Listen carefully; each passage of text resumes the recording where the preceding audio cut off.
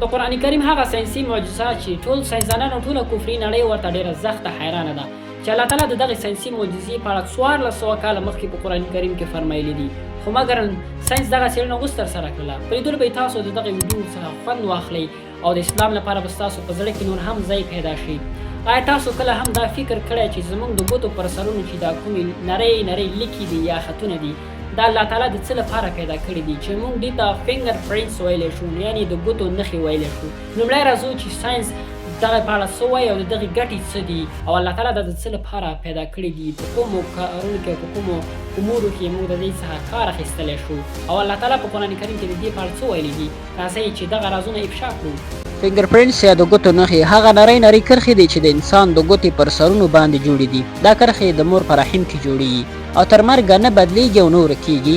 هر انسان دا نښې لري، خو په نړۍ کې داسې انسان نشته دی چې د بل انسان سره د ګوتو نښې یو شان وي او دا د انسان د پیژندلو، یعنې په نړۍ کې چې څومره انسانان دي د هر انسان د پیژندلو یو ځانګړی کوډ دی.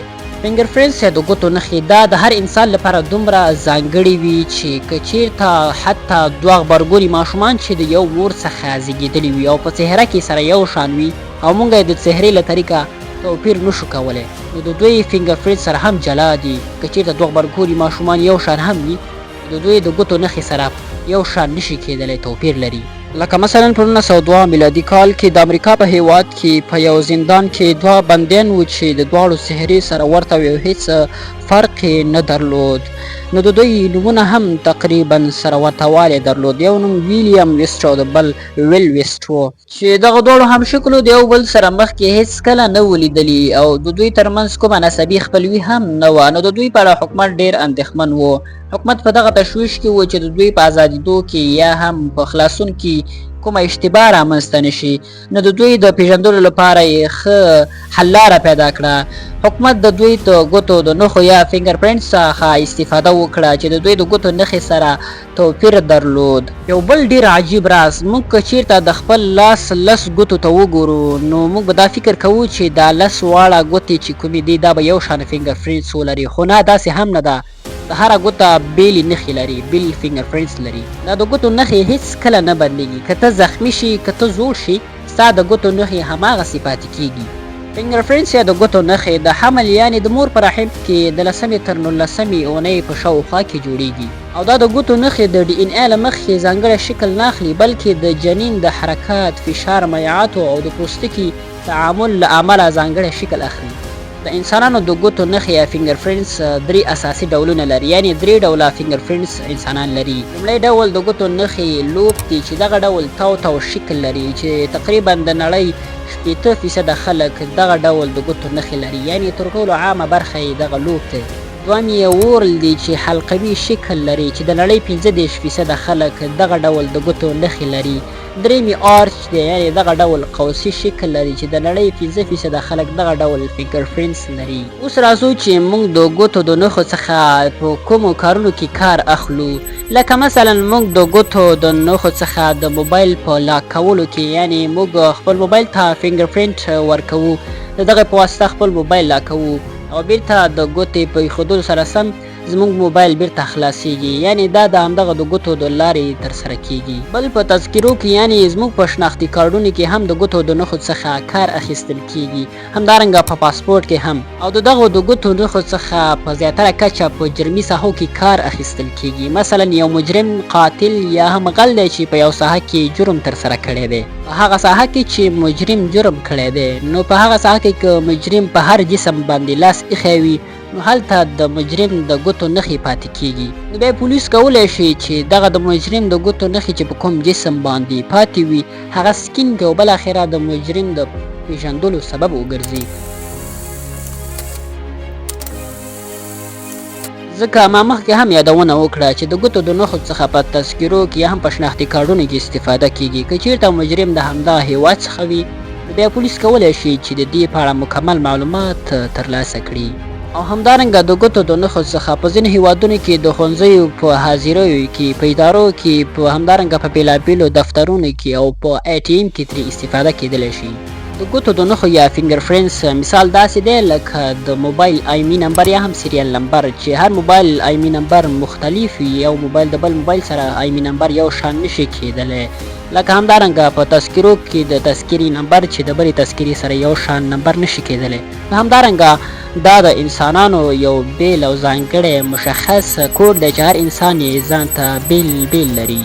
فینګر پرنټس یا د ګوتو نښې نه یوازې چې د انسان د لاسو په ګوتو کې به وي بلکې د انسان د پښو په ګوتو کې هم، په ورغوي کې، همدارنګه د انسان په شونډو کې هم دغه نښې موجود دي. خو اسانه پیژندنه یې د لاسو ګوتې دي چې په اسانه پیژندل کېدلی شي.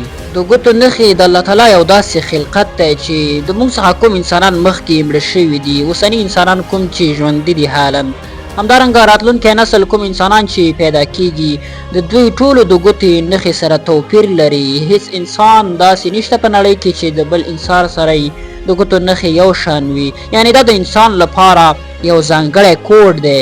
د ګوتو د نښو یا د فینګر پرنټس لومړی کشفونه د یو ساینسپوه لخوا چې فرانسیس ګالټن په نامه و چې په 1892 میلادي کال کې دا کشفونه ترسره کړله. د لومړي ځل لپاره دا عالم پوه شو چې دا د ګوتو نښې چې کومې دي د هر انسان لپاره ځانګړي دي. چې دا د ګوتو د نښو کشفونه د نن څخه تقریبا 133 کاله مخکې وشوه، خو مګرن الله تعالی په 1400 کاله مخکې په قرآن کریم کې ویلي. الله تعالی فرمایي بسم الله الرحمن الرحيم أيحسب الإنسان أن لن نجمع عظامه بلى قادرين على أن نسوي بنانه. آیا انسانان دا فکر کوي چې موږ به د هغوی د مرګ څخه وروسته بیا د هغوی هډوکي راټول نشو کړای؟ ولې نه؟ موږ خو آن د هغوی د ګوتو د سرونو په جوړولو هم قادر یو. الله تعالی په دغه آیتونو کې هغه منکرانو ته اشاره کړې ده چې د الله تعالی د کلام او د قیامت د ورځې او د انسانانو د بیا راژوندي کېدو څخه منکر دي.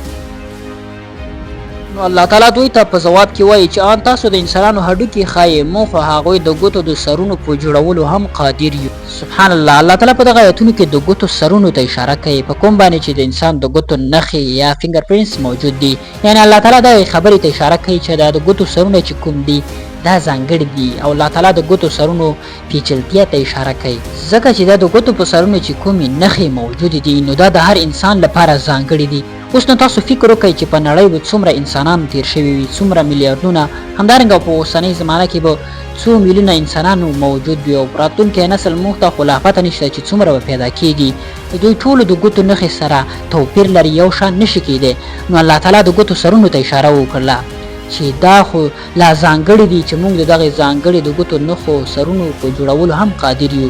سبحان الله. الله تعالی چې هر څه وایي انسانان په دغې باندې نه پوهیږي. یعنی الله تعالی په قرآن کریم کې په زیاترو ځایونو کې فرمایلی چې دا قرآن کریم د عاقلانو لپاره نصیحت دی. یعنی هغه څوک چې د عقل څخه کار اخلي د الله تعالی په خبرو پوهیدلی شي.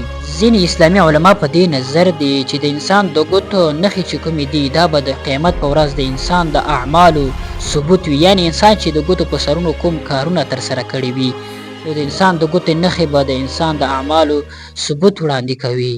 نور الله تعالی ته معلومات شته دی چې د قیامت په ورځ به الله تعالی کوم نظام چلوي. نو دا زموږ لنډ معلومات. که ستاسو دا خوښ شوي وي نو د ثواب په خاطر یې مخ ته شیر کړئ، او دغه ډول د قرآني ساینسي معجزو په اړه که ځان خبرول غواړئ زموږ یوټیوب چینل دا سره سبسکرایب کړئ، د فیسبوک پیج دا سره فالو کړئ. تر بیا ښې چارې او د الله په امان.